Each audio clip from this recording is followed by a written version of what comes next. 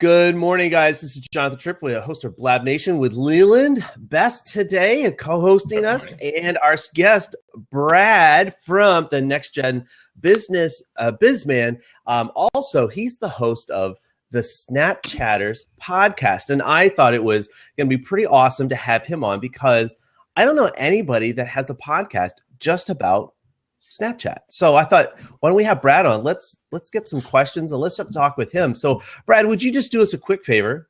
Yeah. Would you just tell us a little bit about yourself and what you do? And then maybe, I don't know, we'll kind of go from there. Sure. Yeah. Thanks for having me, Jonathan. I appreciate it. Leland, it's great meeting you as well. Thanks everybody in the comments for the great welcome. My name is Brad Oldhouse. I'm a 36-year-old tourist that likes long walks on the beach, getting caught in the rain with pina colada. All joking aside, I'm actually a Montana resident, born and raised, and I've been in social media now for about 2.5 years.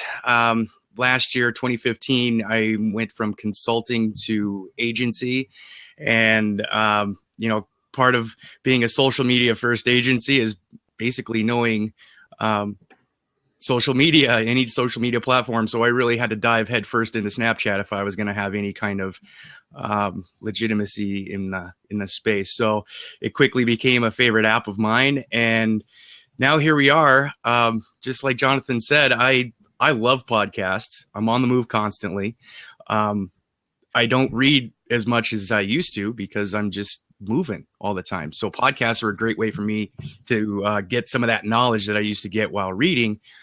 But there was nothing specifically for Snapchat. I could find single episodes all day long. But so I selfishly created the podcast that I want to listen to. So that's how it started. That's kind of what we did. Yeah. Yeah, exactly. So Jonathan's featured on yesterday's episode called The Randos. It drops every Monday, but first interview yesterday. It was really fun talking with Jonathan on the show, and I'm honored that you guys are having me. I appreciate it. I thought this would be a great. I'm going to drop the link for you over on SoundCloud. That's just the one. That's honestly, that's where I know you from on the podcasting side. Are you on any other like podcast size yet other than SoundCloud? Yep. The feed is live on Stitcher. Okay. I have a trouble ticket open with iTunes. So if anybody here knows anybody at Apple that can look at a trouble ticket that's now 18 days old that can help me refresh my feed, I'll be on iTunes a lot sooner. But so that's the idea. I'm also approved for Google Play. So once Google Play podcast populates phones here in early 2016, yep. I'll be one of the first featured podcasts there. So I'm all over the place. Yeah, that is really good. And I've heard, some people are, they've taken the approach of being, so-and-so podcast exclusively on, and they'll name it, whether it's iTunes or, whatever, right? Other people say, look, don't, if you're out there, make yourself available. I mean, don't, make yourself so that you can be. And that's why I liked, finding you on SoundCloud and knowing, I mean, I'm not really a big like iTunes person just because I have a majority of Android products, for around the house or PC, but but finding people around and knowing that it does work. And I know I'm going to hear it from the Android and PC Mac people about that. But I think one of the really important parts that I really want to ask you about is that when did you get the idea that you needed to do a podcast on top of all the other things that you already do? I'm glad you asked that question. It's a great question because it's multifaceted. So like I said earlier, I'm selfishly producing the podcast that I want to listen to, but inside of that, I'm awful at writing. I write the way I talk. I talk in slang. I'm not, a proper talker. You know what I mean? So blogging for me has never been a strong suit of mine. And I wanted to be able to have an avenue to still get some content out there, still speak my mind, still interview people, still talk about great subjects. So I was like, I haven't tried podcasting, so I'm just going to give it a shot. And it made sense. I kind of pitched the idea to a couple people within MySpace, and sorry, MySpace, that's funny. They all thought it was a great idea. And right. So at that point, I was like, you know what? I'll give it 3-4 episodes and see how it goes. And it's taking off like organically. I don't put any advertising into it. So, I mean, it's just been incredible, the reception that it's gotten so far. Wow. Well, that's cool. Yeah, I thought the same lines. You know, it's kind of interesting that being one that's not tuned to blogging, you went to the vocal end of things, which I'm now starting to use vocal speech to text applications to produce blog posts, because I don't like to really, and I used to be a big writer. I used to sit down all the time and just write. And thought I was going to be one to write novels was when I was younger. But now I just find that, like you said, when you get the slang going, and if that's how you talk, if your vernacular is not really in the written form that most people are accustomed to, then it is a little difficult for us to sit down and write out blogs in that regard. But I recommend to you, with the new voice to text features that are out there, try to capture some of that stuff that you're saying vocally in text form, and you can kind of always go back and edit it out real quick and at least get some small paragraph work out of it that tends to play in pretty well to the written end of things when you need it. So that's a great idea. Thank you.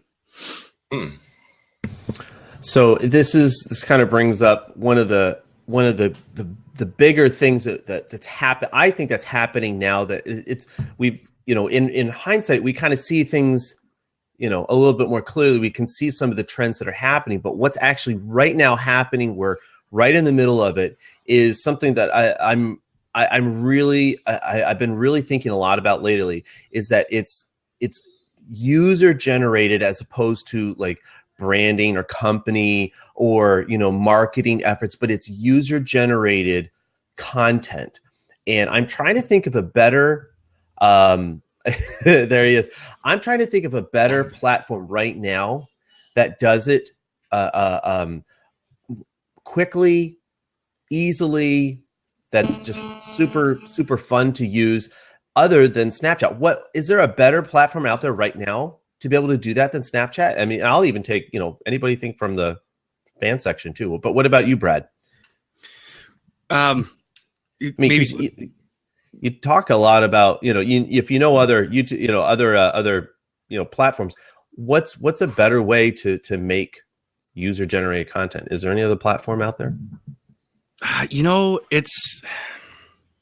don't know if it's necessarily app based. I think it's device based, right? Like the hardest thing for business owners and managers to figure out is that this makes you a media company.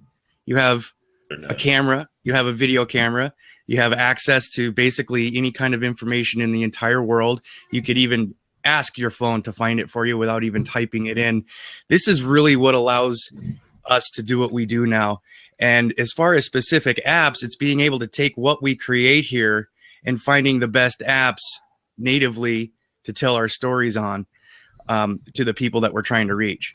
So I would say that Snapchat, specifically Snapchat, it only lives here. I can't go on desktop and play around in Snapchat. In fact, one of my most favorite things about the app is that it's impossible to have an auto follow. It's impossible for people to buy followers. It's so immersive that when somebody follows you, they want to follow you, right? Right. Like they have to type in your name. They have to, scan in your BUR code. They put an effort to follow you, and already that starts the relationship off on a very level human scale. Does that make sense? So whereas on Twitter, I might get a follow and 9 times out of 10, I'm not sure if it's a human or not. And it's just, I don't know. Snapchat it just feels more real to me. So along those lines, I think Snapchat's definitely carved its market share there. Sure.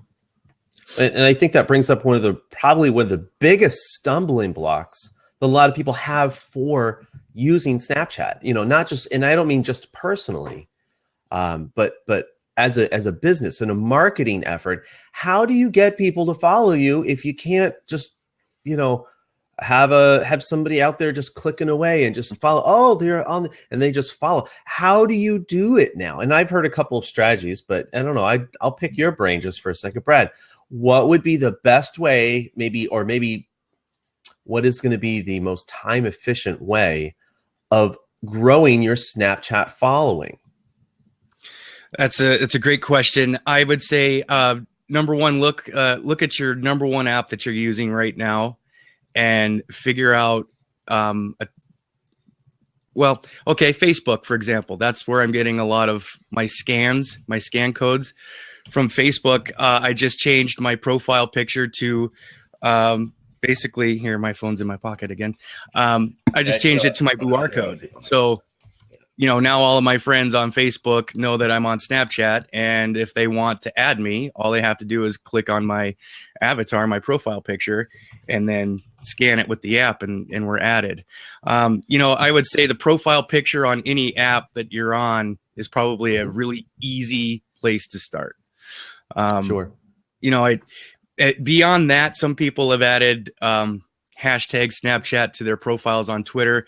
I don't necessarily suggest that, because if you've ever done a search on Snapchat or on Twitter under the hashtag Snapchat, you're probably going to get a lot of ugly stuff, and you don't want to come up with that. So I would go number one, easy peasy lemon squeezy. Go with the profile picture. Yep. Have you had problems lately at all with Snapchat's icon, or their QR code, as we're calling it, losing the graphic that you save in it? Mine seems to reset all the time, and I've saved GIFs behind there. I don't know how many times now, and today again, mine is blank with a white ghost. Is that a common thing that's happening with Snapchat, that it keeps disappearing? I've heard that issue does exist. I haven't experienced it too much. I'm one of those guys that likes to try to change mine on a weekly basis. I'm just a goofball that way. So I haven't experienced that problem. I don't know how to fix it necessarily, but snapchatstrategy.com is a tremendous resource for a lot of frequently asked questions and maybe some app hiccups that are happening.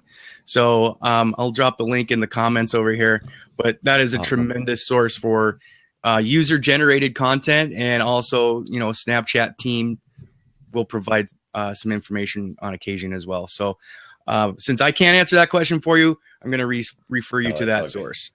You go to the community. That's right. Right. I think David posted the wrong link. It's Snapchat Strategy, correct? Is that the one? I think it's, yeah.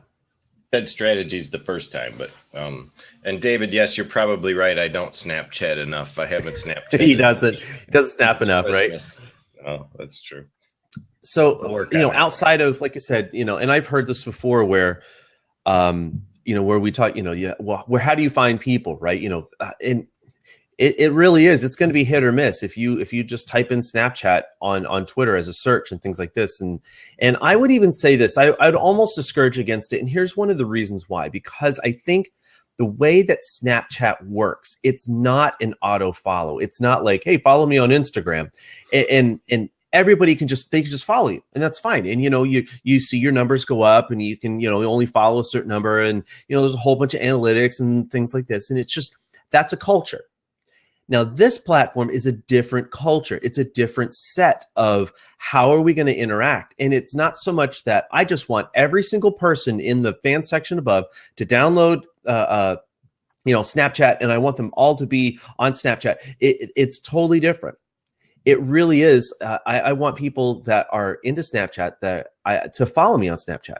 I want people that are going to be doing their own stories, honestly, because I stay up. I spend the time. I mean, to go through stories and to see how are people using this app? What are the stories they're telling? And some of them really are, some of them are just a poster. They just kind of, hey, they're out, they just post a picture and that's it, right? Brad, I know, Brad, you're one of them. Actually, no, you've been doing a little bit better lately.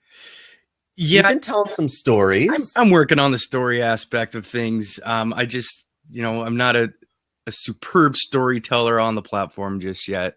Right. I don't know why, because if I just sat down with either of you guys and we were having a cocktail, I could tell you stories all night long. But right, well, it feels different. Well, you have to. You have to break it up into like 10-second segments. But sure. I do know what you mean. When you just need to say something, or but as you get better, as you get more practiced in it, It gets easier. Very much. But so. again, now we're hitting what is the strong suit for this particular platform. And it comes down to the fact that you're just really telling a story. I don't care if you're doing it with pictures or if you're actually producing small cinema sets, and there are different people out there that do that. They do tell stories over, and they've really thought this thing out. And I don't even talk about like the professional Snapchatters. I'm just talking about just people that are out there. They're using the Snapchat that, they're just telling their story. They're pushing it out. And these are all really important things, for developing an audience and responding. I can't tell you how many times so this is my thing, Brad. If you're telling a story and I snap you and it doesn't go through because you're not accepting, I probably will let it happen one more time, and then I will actually just unfollow you. Not you, but no, you're not like that. Right. But I'm serious. Like, what's the point of Snapchat? If I can't have a conversation with somebody at this point, now I realize some of these accounts literally have hundreds and hundreds, if not thousands of people that are snapping them. And I don't have a problem with that. But why would you have probably the most conversational platform out there when you can't have a conversation with them? It's just another storyboard. And I don't, there are other places I can probably find them. If they're that big, I can find them somewhere else. I'll have a different conversation with them later, So, sure. But it's like watching Kung Fu movie with Jonathan. Oh, really? Am I really that lagged this morning? I think it's just blab today, folks. Is it really? Oh, man. Yeah. I don't think there's much that we can do about it in general. It happens every time I'm on it. I think it's the red hair. Is that really? Well, I guess I'm coming through okay. But see, I'm lagging on my own machine, everybody. So, that's all right. To me, Brad looks great, and Jonathan's lagging and things like that. It's just a blab issue that we're contending with today. So, all right. Well, if you've ever seen my chat, if you've ever seen my snaps, a lot of mine come across kind of goofy. I do some strange things out there. I know some of you have probably seen me sing and do my little parodies and such, but I get a little. Whoops! I just lost that one.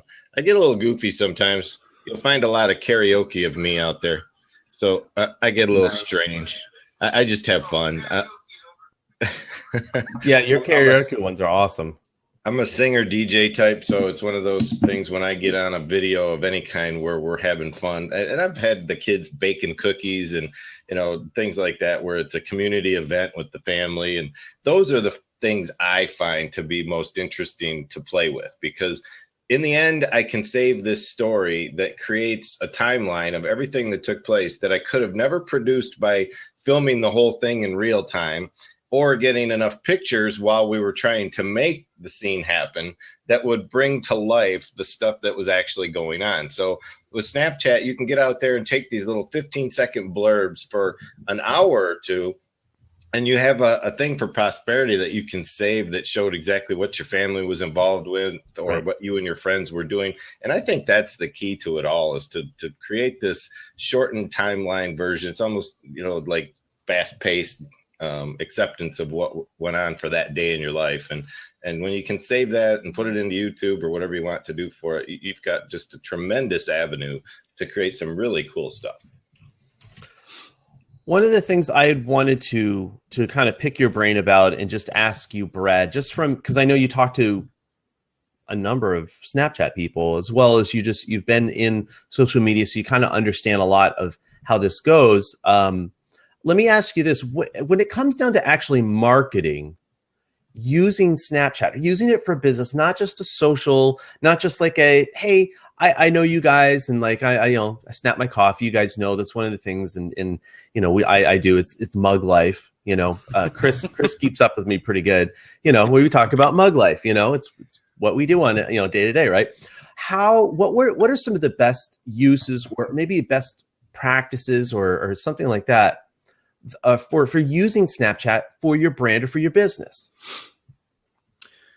Number one, and it should be like this on all platforms, really, but especially Snapchat, because it is so human to human and so connected that way, is you don't advertise. And what I mean by that is, it doesn't mean don't provide a call to action once in a while. It doesn't mean, you pitch your things every now and then. Mm-hmm. What that really means is they're following you because they want to know who you are and they want to see your story. So if you have a branded Snapchat, for example, so if Imagine Bound Media had a Snapchat, which we don't, it's just me, for a very specific reason, because I don't necessarily believe that you can go on to Snapchat and keep a following if you're constantly throwing the Gary Vaynerchuk right hooks, if that makes any sense. So number one is just be real, be authentic, be yourself. That's really what stands out with people. That's how you build those deeper connections. Not everybody is going to like you, but if you are your full, true, authentic self on Snapchat, the people that like you love you and they want more of that. And then they start to dig into what you do for work. And then they might get curious. You know what I'm saying? If you're using Snapchat just to market your personality, that's probably a good strategy. Okay. Because because it's funny, you say you say jab, jab, jab, right hook. I really like how Gary Vaynerchuk, how he brings his personality into Snapchat, because he does not, talking about the boxing analogy, he does not pull punches. I mean, he is right there. He is in your face. And he's telling you exactly what he's thinking, almost to the point where, like, I have to put headphones in when I'm listening to his Snapchats, because I somebody else is around. Like, I don't want that, I want to make sure that, because so I don't know what he's going to say. And that is probably some of the cool stuff I've ever seen. But, here's the problem, though, right? What he's talking about is it's I don't want to say it's the same thing, but I can get a lot of what that is on the Ask Gary V show. I can listen to it. What I don't get is the behind the scenes stuff, where he puts somebody on the spot. I love that about it. So he does a little bit of a mix of both. So yeah, and I think the outcome of you being you is that law of attraction.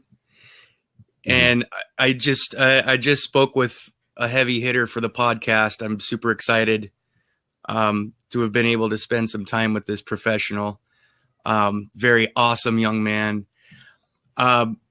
He was just telling stories because that's just what he loved to do. He wanted to go out and make little mini movies because he loves movies. He's a movie nerd, and he was inspired to make movies.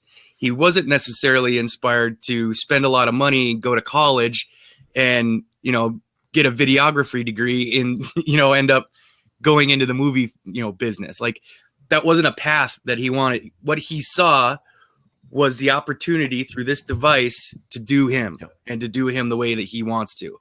And what has happened is that has attracted brands, because not only has he attracted a following, but he can tell a story in such a way that it's engaging, it's fun, and a brand will now pay him money to tell a story just for them. And that's a really cool, that we wouldn't have talked about that 3 years ago even. Right. And 2 years ago, maybe. Last year, we saw a huge spike in influencer marketing on Snapchat alone. And I think it's only going to continue to rise, especially with a new app called Slinger. I think that's going to drive a little bit more cross traffic between Snapchat and the new app itself. So just be you. Don't worry about marketing your business so much. If you want to throw a call to action out there to your followers every now and again, like, hey, I just got a new newsletter out or whatever. If you guys want to check it out, you know what I mean? Nice, simple, easy. And it comes in the context of them just knowing who you are. Does that make sense? Absolutely. And I think it really hits home to this one factor that I think is the underlying principle of what Snapchat is. This is the behind the scenes of the behind the scenes. This is literally, as I'm walking down the street, snap. I mean, almost even more so than Periscope. Okay. And here's the reason why I think that is because they are literally just snippets. I don't necessarily want to see you walk for 3 blocks down New York City. I mean, you can do some entertaining stuff, but I only want the highlights. I don't want to see you walking for 3 blocks. I just want to see, hey, like you started, maybe you saw something cool and then you got there. That's it. That's all I want. I don't need to see every single piece of, trash or every single face that walks by or every single shop. And that's why I think that Snapchat has kind of, I don't know, use business term, right? Kind of cornered the market with this.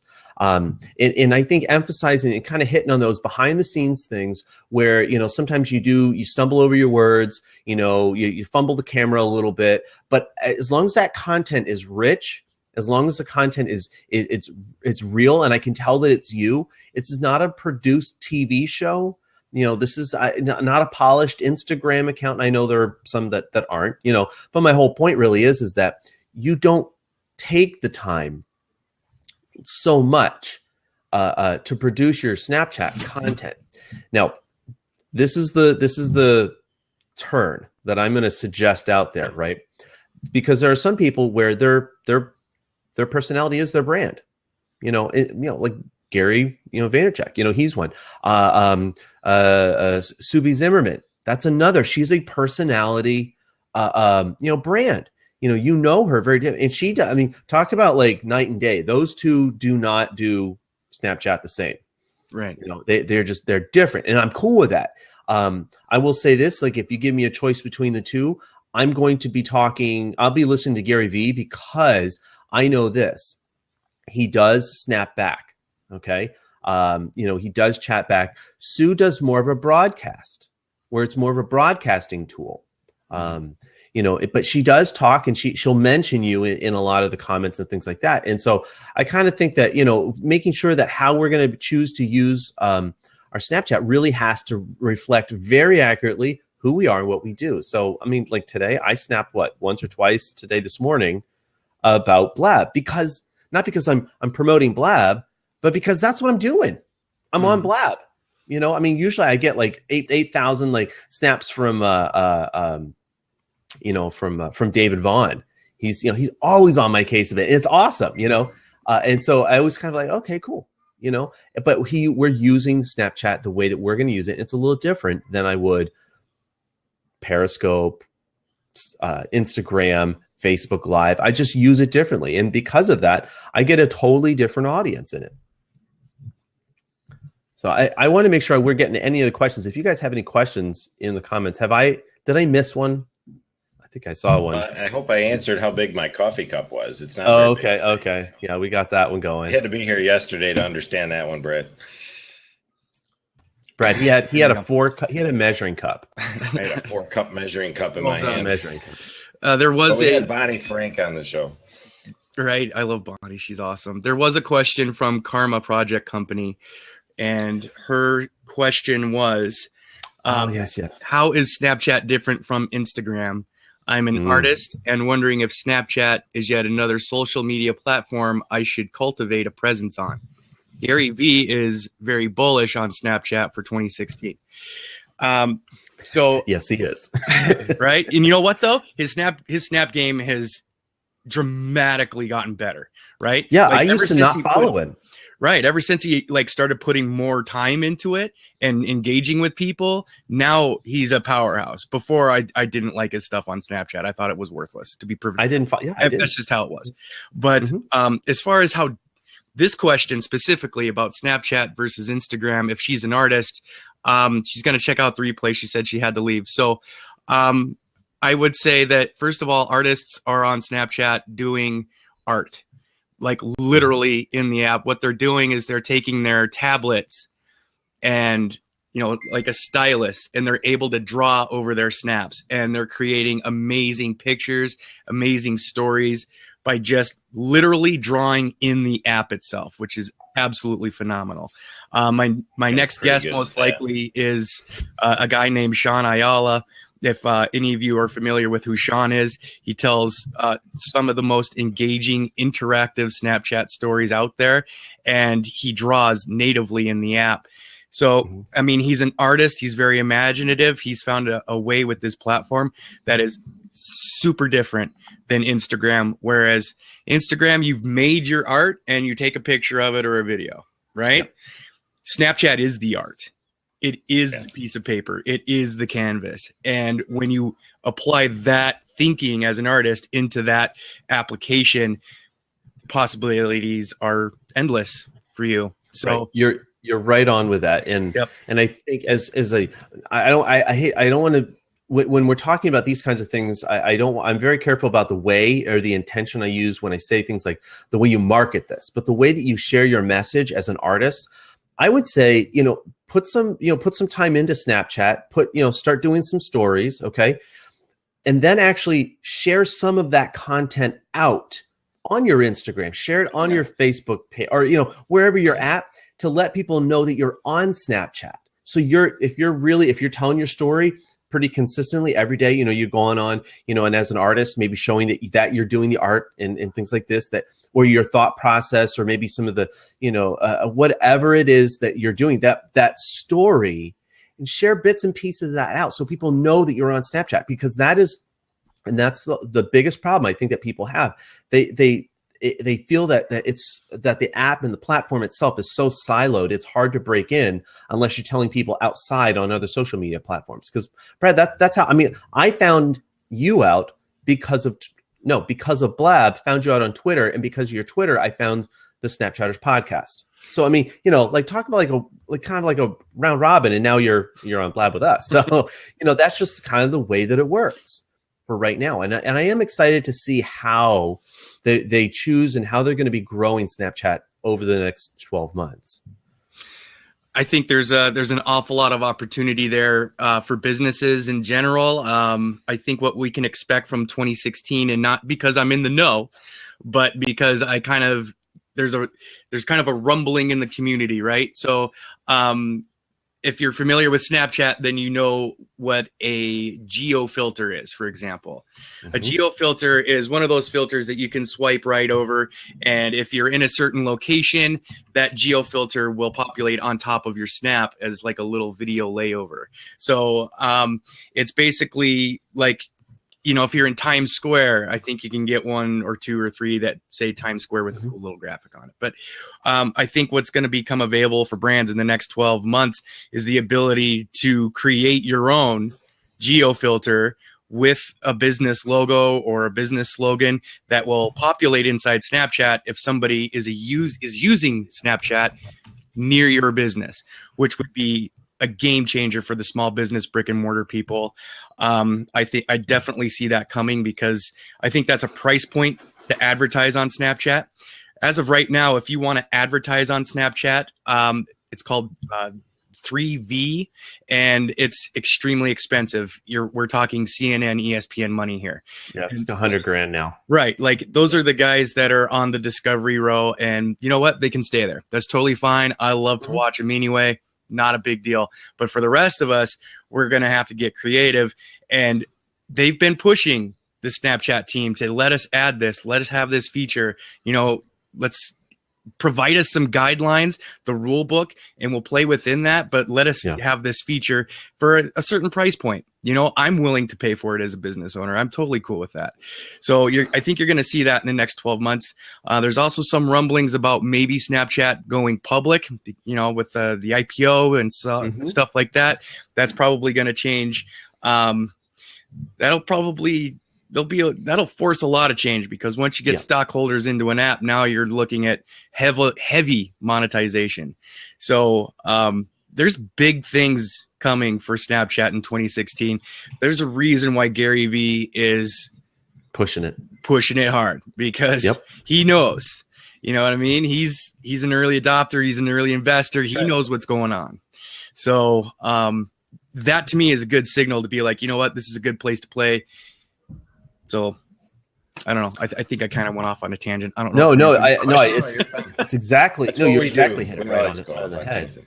And so one of the things I did want to make sure that we have time, because, we're coming up on the end here, but I wanted you to talk and introduce people to this, I want to call it the come along app for Snapchat. It's called Slinger. Would you tell us about Slinger? Where can we find it? What does it actually do? And maybe what are some best ways to use it?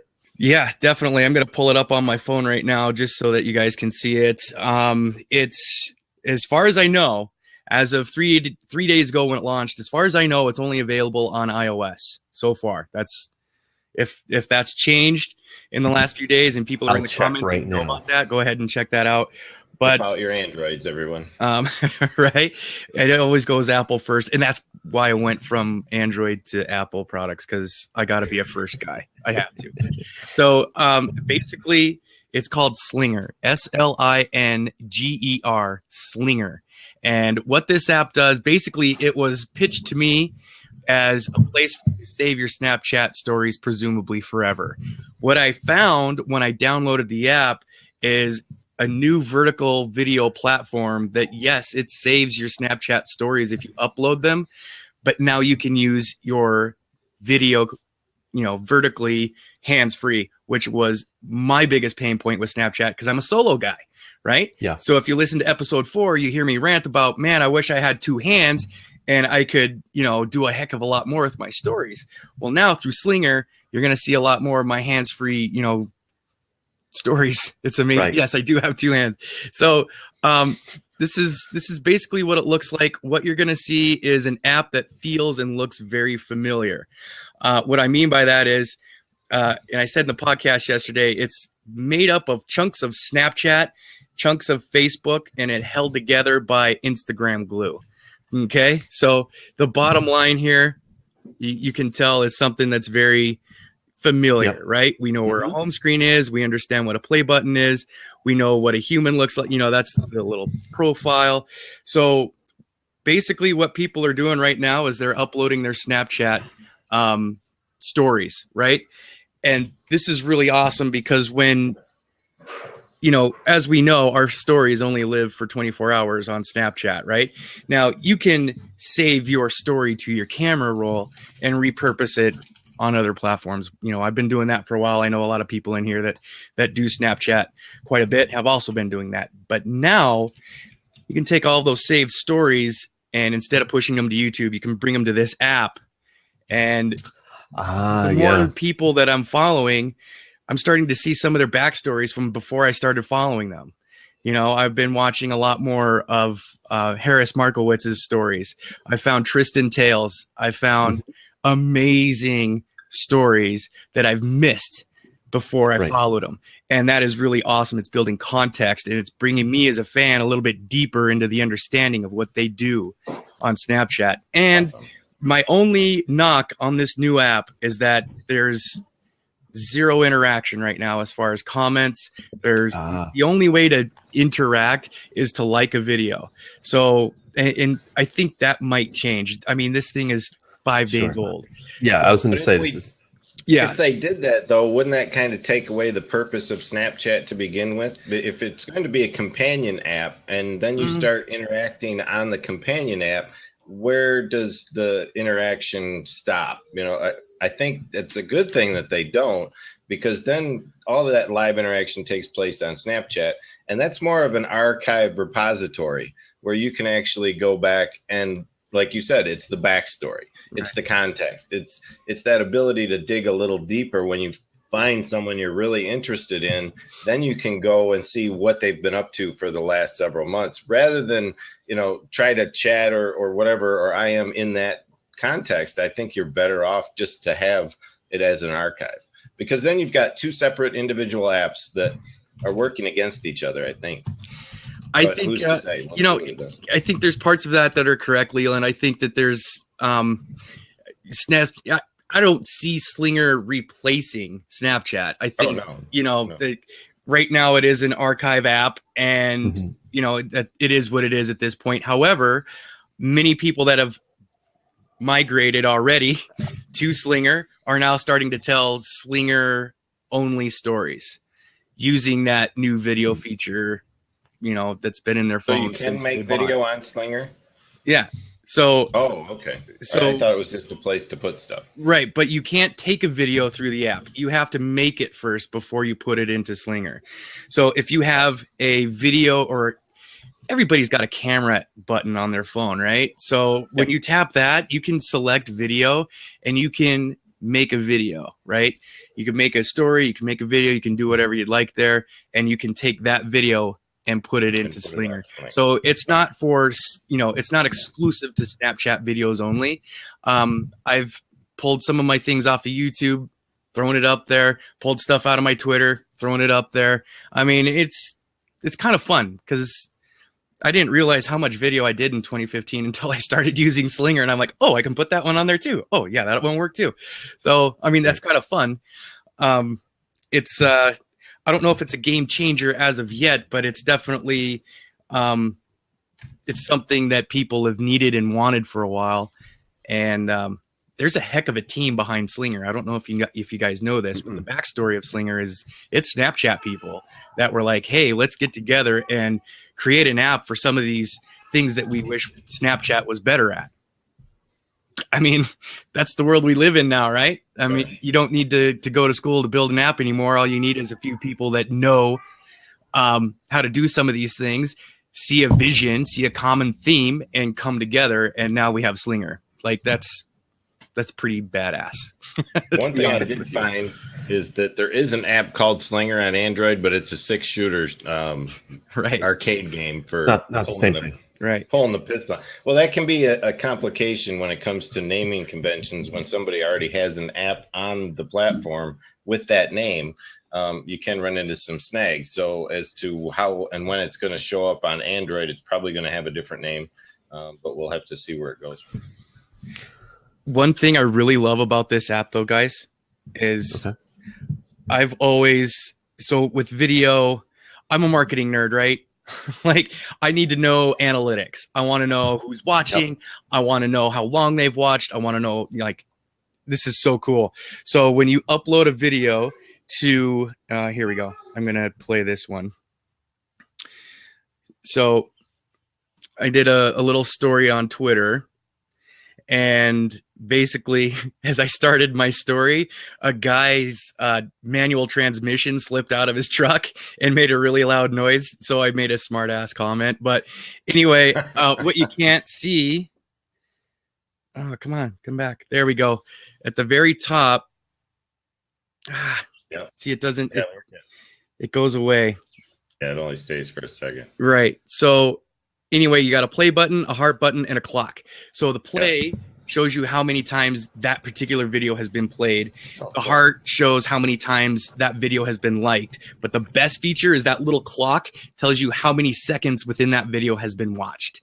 And I just was like, woo! And I just jumped for joy because there's finally like a native stat right in video right there. Yeah, it's not a third-party plugin. It's not a, it's 8 levels deep within the app. You click button, slide this, poke this, enter your PIN 5 times, thumbprint, eye retinal scan, right? Just exactly. It's like, okay, finally. And you find out like 3 people watched your video, right? You're just like, all that. Yeah, exactly. Right. So I think that I think, and this is going to be a trend that I'm seeing happening as within the tech community, particularly now, because apps are getting so quick in terms of like they're able to put them out very relatively quickly, and that's what it looks like right there, right on the left, your left, my right. Is it Slinger Media LLC? I don't know. But what I've seen is that the coders and things like this, they are working it with the software development. They are making this so that they're putting the features in that literally that people are wanting like right now. I know there are times where it was a couple of weeks ago somebody was saying, oh, I really want this feature, and so what do? They're like, oh, that's a great idea. The next update, it's out. And you're just like, holy cow. You're like, right? Who doesn't love that? Who doesn't love that? Being able to, that is what it's all about. As opposed to, well, we're going to send it to committee. We'll put that out in the 2017 edition, possibly. Right.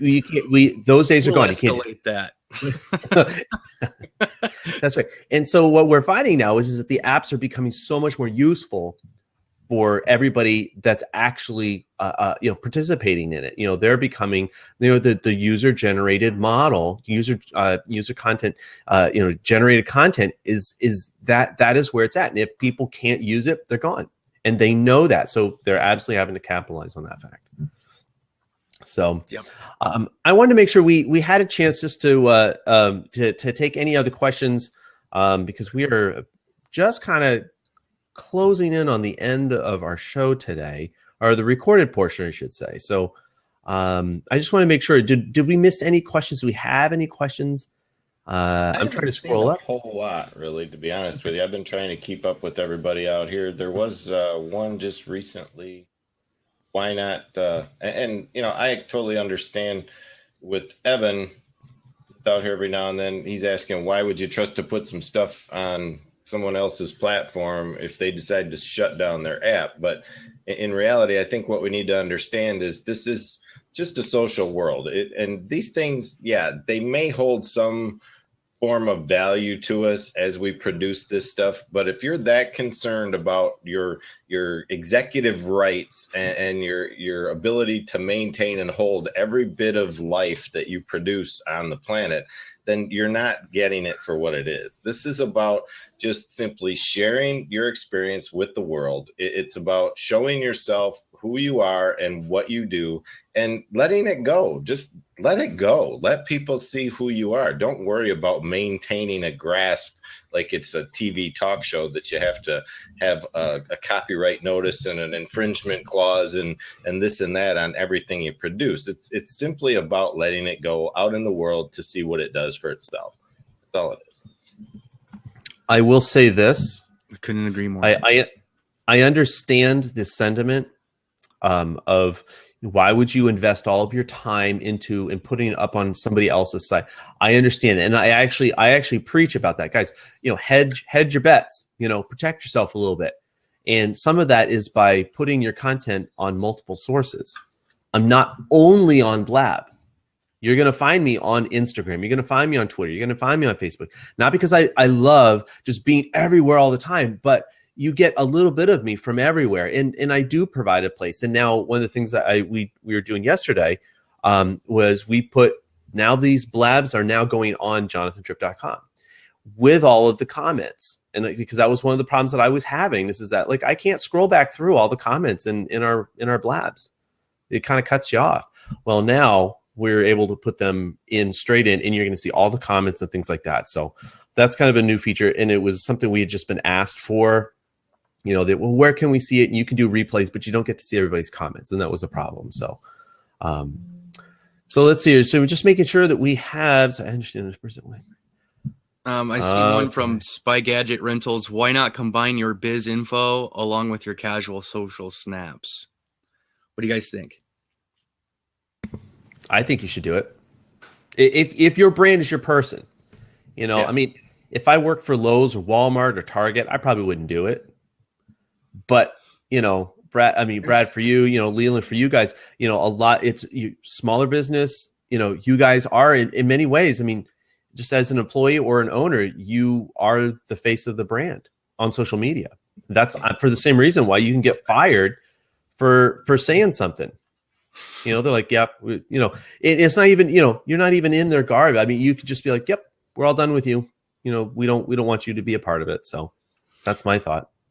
And I haven't, I usually follow the 80-20 rule when it comes to how much of yourself versus your business do you put out on social media. But honestly, with Snapchat, I have yet to make any type of announcement of what I do business-wise. It's just been about me. I think what I do say on occasion is, if you want to find me, I'm out there. Look for Leland Best.